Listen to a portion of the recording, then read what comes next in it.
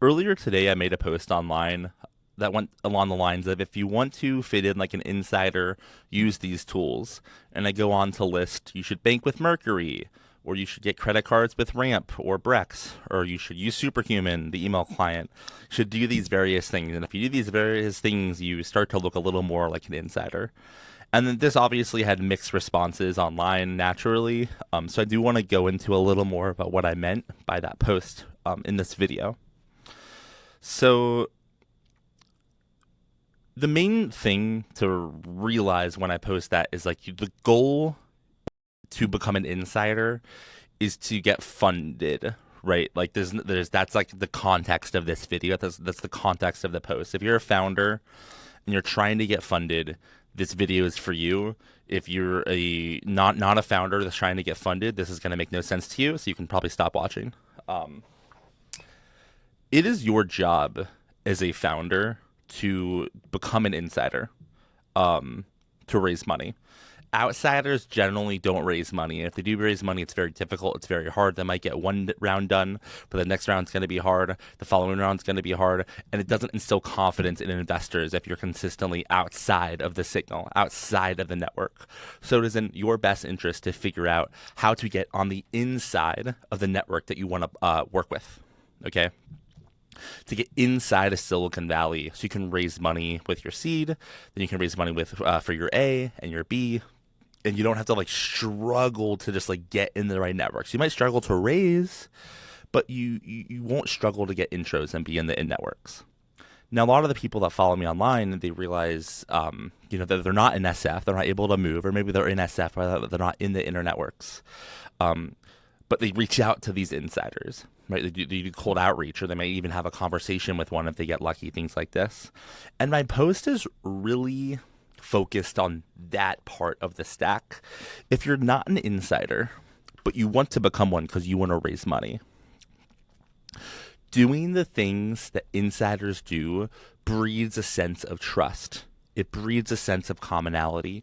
If you're using Superhuman for your email client and a Silicon Valley person sees that, this is what goes through their head. They think, oh, first, this person must be an insider enough to know what Superhuman is, and insider enough to be able to use it and be a paying member product owner. Or excuse me, not product owner. That's the company that I work for. Being a paying user of Superhuman. They may think that you have enough reference points that would make it worth taking a meeting with them. Another example is if you reach out to a VC and they asked if you are a Delaware C Corp.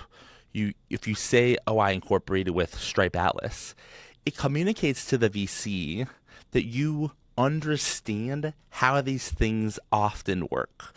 You have enough context on the insider world where even if you're not an insider, you are on the fringes enough to take a meeting with.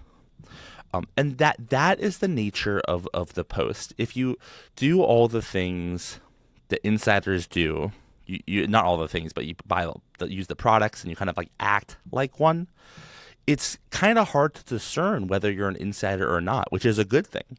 Because it's not like it's a club where it's like, oh, I'm part of the insider club, I'm part of the outsider club, right? It's really subjective.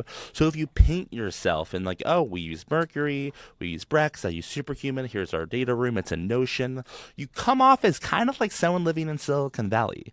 You come off as kind of someone who like knows what they're talking about in the context of tech, which breeds trust, which breeds familiarity, which makes it makes the odds of an insider wanting to talk with you go up. Now, I want to just slam this home. Like, why does it make the odds of someone wanting to talk to you go up? It's because they're probably getting hit up by lots of people, and most of those people probably don't have the right reference points or context necessary to make use of a call with that person. They probably don't. They're probably too much of an outsider to even know how to talk to someone like that and make use out of the conversation. It would be like if I got a meeting with Mark Cuban, like that's cool, but I don't know. What am I gonna do with that? Like I'm like an outsider to his world, right? It's like the same thing in some ways. But like if I was involved in the Mavericks organization and I was in like the pharmaceutical or whatever, then maybe there's something to do there. But I'm not. I'm an outsider. So how do you paint yourself as more of an insider to be someone that is on the fringe and is someone worth betting on with time?